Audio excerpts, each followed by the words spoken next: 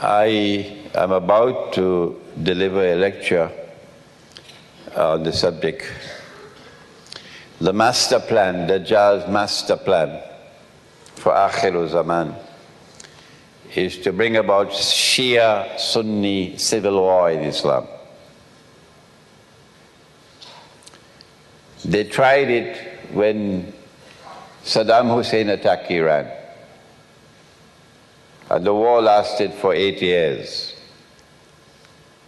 They were hoping that it would become a Shia-Sunni civil war in Islam, but it did not. They tried it again in Syria to make it a Shia-Sunni war in Syria. They didn't succeed. And now they're trying it with ISIS to get Shia-Sunni civil war in Islam. If they succeed in fomenting Shia-Sunni civil war in Islam, goodbye Pakistan. Goodbye to Pakistan. Pakistan cannot survive. They want Pakistan to collapse because Pakistan is the only Muslim country today with nuclear weapons. And in order to avoid a frontal attack on Pakistan and nuclear war, it would be better if they can get Pakistan to collapse from inside with civil war. So the Protestant Islam, the Salafi view, is today to beat the drums of war against the Shia. That's what they're doing. Beating the drums of war against the Shia.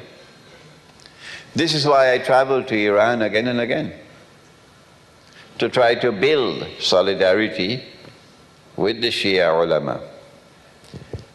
And I was just in Iran 3 weeks ago, and I said, we've got to sit down and come to some common understanding. To inform the Sunni world that you cannot say that the Shia are kuffar. That's rubbish. That's rubbish. That's schoolboy methodology. The Shia are kuffar. In order for you to say that they are kuffar, you have to declare a fatwa. The fatwa has to be issued by someone of authority, someone with knowledge. And it has to be a document. And that document has to get ijma', consensus. That has never happened in history. No. And no one has ever prevented the Shia from performing the Hajj. If I'm wrong, tell me I'm wrong. How come no one in the history of Islam have prevented the Shia from performing the Hajj? How do you explain that? No ijma'. And now you come to tell Imran Hussein they're kuffar. That's schoolboy stuff, that's not scholarship. So we have to get this into the head of the Sunni. That the Shia, the Ithna Ashari, they are Muslims. And we also have to get it into the heads of the Shia. That the Quran is the supreme authority in Islam, not the Hadith, the Quran. You cannot divide the Ummah based on Hadith. No.